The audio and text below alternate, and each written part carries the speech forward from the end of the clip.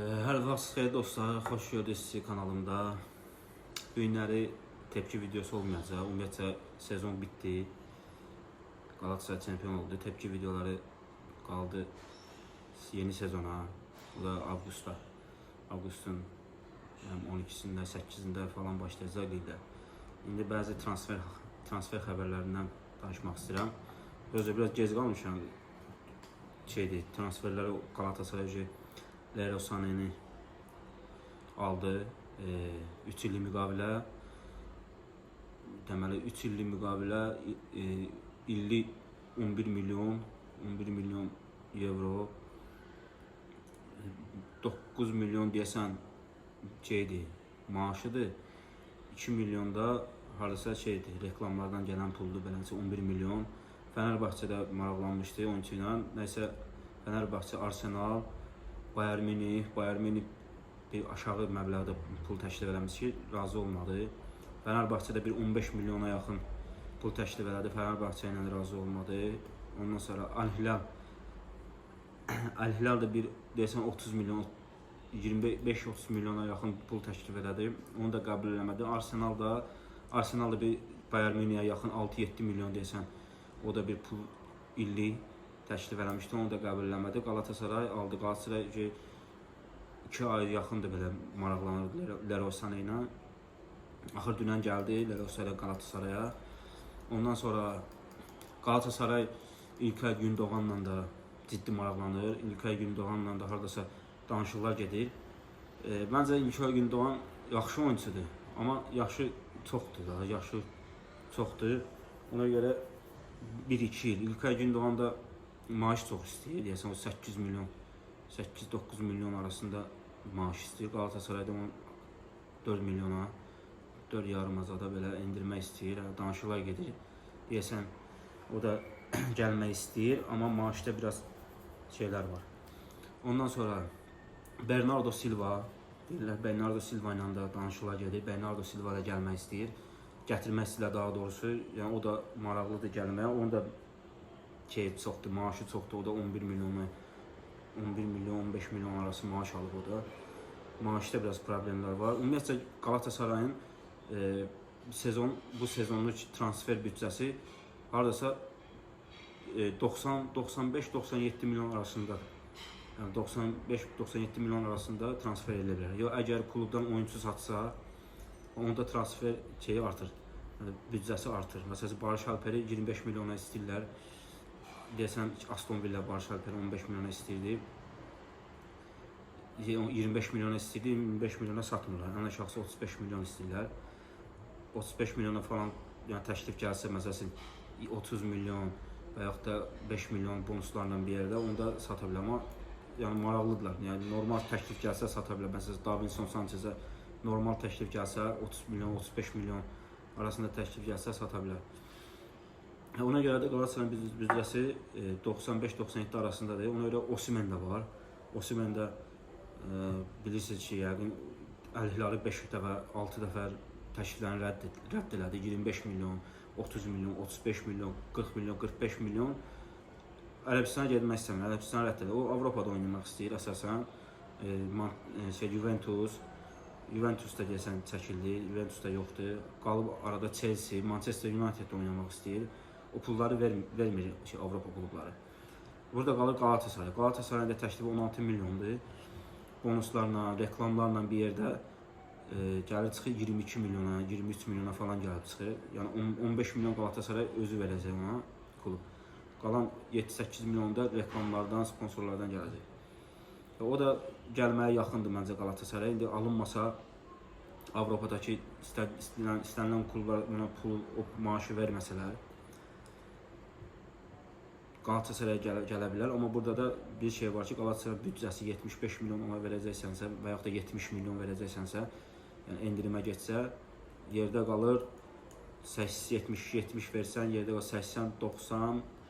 80-95 milyon, 25-27 milyon qalır. Ona görə də ki, burada Bernardo Silva'nın da deyəsə 20 milyondur qiyməti. Bu olacaq. Sonra Saşa Boy ilə də yenə danışıqlar gedir. Saşa Boy ilə də gətirmək istəyirlər kiralıq. kiralı gətirmək istəyirlər. Onda o da hələ ki Avropanı fikirləşir. Əgər olmazsa Galatasaray gələr. Yəni yox demir. Ona görə də bu burada qalıb. Əsasən də Muslera'nın yerinə qapıçı. Muslera'nın yerinə qapıçı adlar çox çıxdı. Lunin çıxdı. Chelsea'nin Petros qapıçısı çıxdı. Onun əsasən də onunla maraqlanırlar. Chelsea'nin də qapıçıları çoxdur. 5-6 dənə qapıçısı var. Ona görə o oynayandır, amma yaxşı qapıçıdır. 25 yaşında qapıçıdır. Ondan sonra Lunin'dir. Bayağı da baxıram Martinez'dir. Emiliano Martinez. Ondan sonra Pauk'un bir qapıçısı vardı, adı yadımda, odur. Ondan sonra harda qalmışdı? Deməli Galatasarayın adı keçən Lunin'dir. Lunin də gəlmək istəyir əslində. Prosta onun da maaşı çoxdur. Ondan sonra Ter Stegen'in adı keçir. Ter Stegen. Ondan sonra Pauk'un qapıçısı. Pauk'un qapıçısının adı nə idi? Dominik Kostarsic, 25 yaşı var. 46 oyun oynayıb. 57 gol, 57 dənə gol buraxıb. 15 maçda 15 oyunda top buraxmayıb.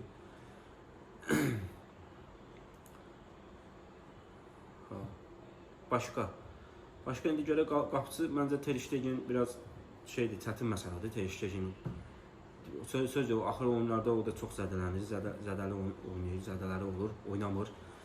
Ter Stegen məncə biraz həm olsa da onun şeyi çox olacaq, pul çox olacaq. Maaşı olsun. Ondan sonra Barcelona ödənəcək bonservis olsun, onlar çox olacaq. Ona görə də ki, Ter Stegen'in məncə alınması bir şeydir.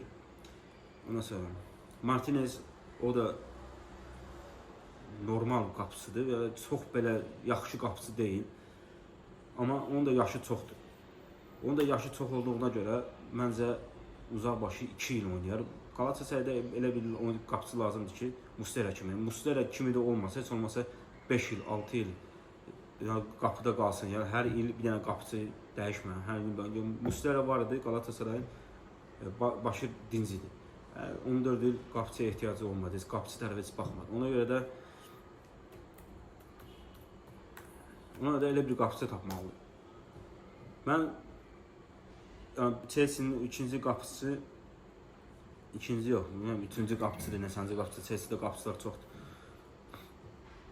Ona görə də o qapıçı yaxşı qapıçı, 25 yaşı var, yaşı da yaxşıdır. Yəni qiymət də, yaxşı qiymətə də gələ bilər, çünki Chelsea'də qapıçı çox olduğuna görə o yəni kiralı getmişdi, kiralardan qayıdıb təzədən Chelsea, ona görə də o Chelsea'də oynamayacaq. Özünə bir həmişə oynayacağı bir klub axtarır. Galatasarayda onun üçün yəni ən münasib komandadır. Həm Çempionlar Liqasında oynayacaq, həm yəni özünü göstərsə bu komandanın həmişəlik qapıçısı olacaq. Galatasarayda onu bir illik kiralamaq istəyir, bir illik kiralamaq istəyir desəm. Kiralığın qiymətini dəqiq bilmədim. Kiralamaq istəyir, ondan sonra kiralıdan sonra baxacaq kiralıq bir illik kiralama. Yaxşı qapıçıdırsa, yaxşı qalırsa, o birisi sezondan 15 milyon bonservis pulunu verib alacaq onu. Yəni beləncə almaq istəyir. Hələ bunu Chelsea razılaşmır. Qapıçı tərəfi biraz razıdır. Amma Chelsea bundan razılaşmır. Chelsea bir dəfəli satmaq istəyir. O da hələ qalıb, o da danışıqlar gedir. Başqa nə xəbər verə bilərik Galatasaray ilə bağlı? Sane də gəldi, bildik ki, Sane var. Bir Osimhen hələ qalıb, Osimhen dəqiq bilmir, amma Galatasarayda qalma ehtimalı da var. Avropadan, böyük komandalardan təklif gəlsə, orada əsasən də Avropaya da oynamaq istəyir.